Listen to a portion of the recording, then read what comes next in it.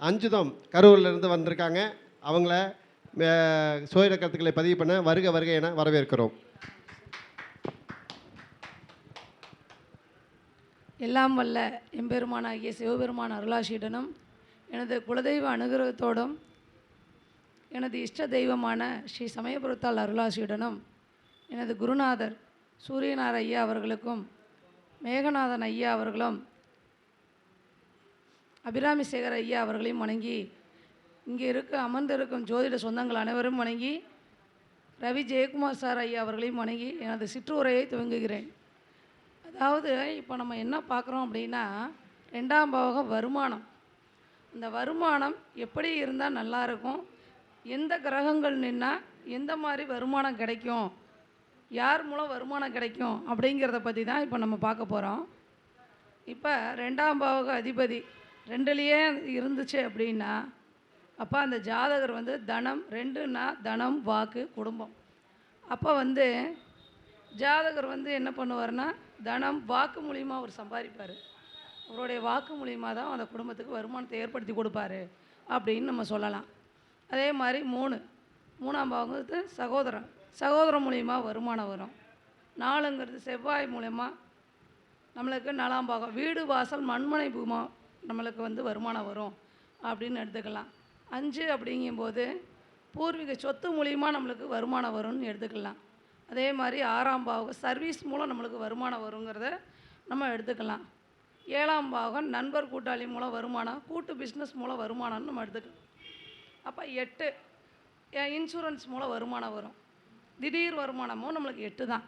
அப்போ 9ங்கும்போது சுமூக வருமானம், அப்பா மூலம் சுமூக வருமானம்னு எடுத்துக்கலாம். அப்போ 10 அப்படிங்கும்போது 10ங்கிறது தொழில் தான். அப்போ தொழில் மூலம் வருமானம் உண்டு. 11 அப்படிங்கும்போது மூத்த சகோதரர் மூலம் வருமானம். 12 அப்படிங்கும்போது ஜாதகர் 12 கனெக்ட் ஆகுது, 1 12 கனெக்ட் ஆகுது அப்படின்னா ஜாதகர் மூலம் நம்மளுக்கு வருமானம் இருக்குதுன்னு எடுத்துக்கலாம்.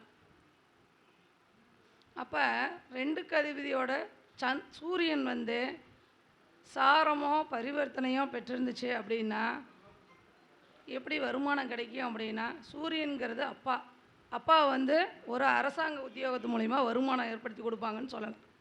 அதே போல் 2ஆம் பாவ அதிபதியோட சந்திரன் பார்வை சேர்க்கை பரிவர்த்தனை பெற்றிருந்துச்சு அப்படின்னா அம்மா மூலம் வருமானம் கிடைக்கும்னு சொல்லலாம்.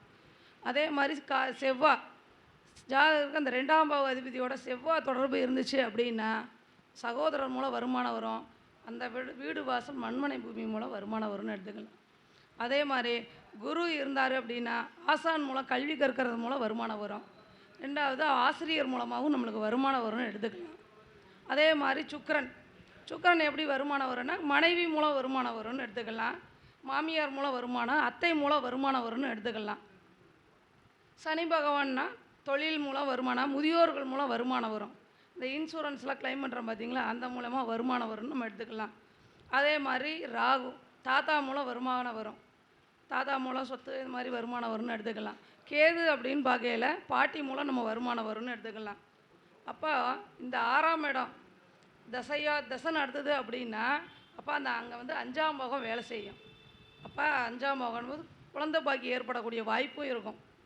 6ஆம் பாவகம் புத்திய தசையாக நடக்கும்போது அப்போ 5ஆம் பாவகம் கண்டிப்பாக அங்கே வேலை செய்யும்னு நம்ம எடுத்துக்கலாம். ஏன்னா அது 5ஆம் பாவத்துக்கு 2ஆம் பாவகம். அதே மாதிரி 7ஆம் பாவத்துக்கு 2ஆம் பாவகம் 8. மனைவி வேலைக்கு போவாங்க, மனைவி வேலைக்கு போய் அதன் மூலம் வருமானம். 8 பிரச்சனை தான் இருந்தாலும் மனைவி மூலம் வருமானம் வரும். ஏன்னா கணவன் வேலைக்கு போக மாட்டாங்க. அப்போ அங்கே ஒரு பிரச்சனையும் இருக்குது. அப்போ 16ஆம் பாவகம் திசை நடக்கும்போது 11 திசை நடந்துச்சு அப்படின்னா 10ஆம் பாவகம் அங்கே தொழிலுக்கு வேலை கண்டிப்பாக திசை நடக்கும்போதோ புத்தி நடக்கும்போதோ அங்கே 10ஆம் பாவம் வேலை செய்யும், தொழில் சிறப்பாக அமையும்னு நம்ம சொல்லலாம். அப்போ இன்னொரு விஷயம் என்னன்னு கேட்டோம்னா, இப்போ ஒரு திருமணத்துக்கு ஒரு ஜாதகம் நம்ம எடுக்கிறோம். திருமணத்துக்கு சில பேர் என்ன பண்ணுறாங்க அப்படின்னா, வெறும் 10 பொருத்தனை 5 பொருத்தம் ஓகே, 6 பொருத்தம் ஓகே, 10க்கு 9 பொருத்தம் ஓகேன்னு சொல்லி எடுத்துக்கிட்டு கொண்டு போயிட்டுருக்காங்க. பொதுவாகவே திருமணத்தை பொறுத்த வரைக்கும் வெறும் பொருத்தத்தை மட்டும் பார்த்து அந்த ஜாதகத்தை இணைச்சா கம்பல்சரி ஏதோ ஒரு பிரச்சனைக்குரிய ஜாதகமாக தான் இருக்கும். ஏன்னு பார்த்தீங்க அப்படின்னா, இன்றைக்கி எல்லாருமே பொருத்தம் பார்த்து ஜாதகம் கண்டிப்பாக சொன்னோம் அப்படின்னா அங்கே பிரிவினைகள் தான் அதிகமாக இருக்கும். அப்போ என்ன பண்ணணும்னா, பார்ட்னர் ஆப்போசிட்காரங்களுக்கு 7ஆம் பாவத்துக்கு 3ஆம் பாவகம் வீரியஸ்தானம், அந்த வீரியஸ்தானம் நல்லா இருந்தால் மட்டும்தான் அந்த இருவருமே நல்லபடியாக பயணிக்க முடியும், குடும்பத்தையும் கண்ட்ரோலாக கொண்டு போக முடியும். அப்போ கல்யாணம் பண்ணும்போது ஒருத்தருக்கு பொருத்தத்தை விட ஆணுக்கு பெண்ணாக இருந்தாலும் சரி, பெண்ணுக்கு ஆணாக இருந்தாலும் சரி, 7ஆம் பாவத்துக்கு 3ஆம் பாவம் 9ங்கிறத நம்ம பாக்கியம்னு சொல்லிட்டு போவோம். அப்போ 9ஆம் பாவத்தில் ஒரு கோள் நின்றாலும் சரி, அந்த வீட்டு அதிபதியை பார்க்கணும், அந்த வீட்டில் நின்ற கோளை பார்க்கணும், அந்த வீட்டில் செவ்வாய் காரகர் எப்படி இருக்காருங்கிறத நம்ம முதல்ல பார்க்கணும். அதை பார்த்து தான் நம்ம திருமணத்துக்கு நம்ம குறிச்சே கொடுக்கணும். அதை பார்க்கல அப்படின்னா அந்த அந்த இடத்துல அந்த காரகர் செவ்வாய் கெட்டு போயிருந்துச்சுன்னா அந்த திருமணத்துக்கு அந்த ஜாதகம் அன்ஃபிட் ஜாதகம்னு நம்ம எடுத்துக்கணும். திருமணத்துக்கு அது அன்ஃபிட் ஜாதகம் தான். அதை போய் நீங்கள் சேர்த்து வச்சிங்க அப்படின்னா அது கண்டிப்பாக அது யார் சொல்லுவாங்கன்னா, அதை யார் சேர்த்து வச்சாங்களோ அந்த ஜாதகரை தான் கண்டிப்பாக அவங்கள தான் சொல்லுவாங்க. ஏன்டா அந்த ஜாதகர் தான் நம்மளை சொன்னார், இந்த திருமண பொருத்தம் சேர்த்து வச்சு அமோகமாக இருக்குன்னு சொல்லி குறித்து கொடுத்தாரு அப்படின்னு சொல்லுவாங்க. அப்போ அவங்க பேசும்போது வாழ்க்கையில் கஷ்டப்படும் போது அவங்களுடைய சாபம் யாரை சேரும்? சேர்த்து வச்ச நம்மளை மாதிரி ஜோதிடர்களை தான் சேரும். அப்போ நம்ம சந்ததியினரும் அடுத்து வர தலைமுறைகளே நல்லா இருக்கும் அப்படின்னா திருமணத்துக்கு வெறும் பொருத்தத்தை மட்டும் பார்க்காதீங்க. வெறும் பொருத்தத்தை மட்டும் பார்த்து பண்ணினீங்க அப்படின்னா உங்களுக்கு கண்டிப்பாக அவங்க சாபம் விடுவாங்க. அதனால் நீங்கள் 7ஆம் பாவத்துக்கு 3ஆம் பாவம் ஆணாக இருக்கட்டும் பெண்ணாக இருக்கட்டும், நீங்கள் காரகர் செவ்வாயை எடுத்து பார்த்து பலன் சொல்லி அந்த திருமணத்து பொருத்தத்துக்கு சேர்த்து வைங்க. கண்டிப்பாக உங்களுடைய அடுத்த தலைமுறை நல்லா இருக்கும் அப்படின்னு சொல்லி எனக்கு பேச வாய்ப்பு கொடுத்த ரவி ஜெயக்குமார் சார் ஐயா அவர்களுக்கு எனது மனமார்ந்த நன்றி தெரிவித்துக் கொள்கிறேன். கரூரிலிருந்து அஞ்சுக மேடம் அவங்க ஜோதிட கருத்துக்களை மிக அற்புதமாக பதிவு பண்ணாங்க. அதாவது குயிக் அண்ட் சூரா அவங்களுடைய கொடுத்த கருத்துக்களை நேரத்தை கருதி சுருக்கமாக அழகாக தெளிவாக ஜோதிட கருத்துக்களை பதிவு பண்ணாங்க. அவங்களுக்கு பாராட்டு விதமாக பொன்னாடை சிறப்பு செய்ய சுதா மேடம் அவங்களை வருக வருக என வரவேற்கிறோம்.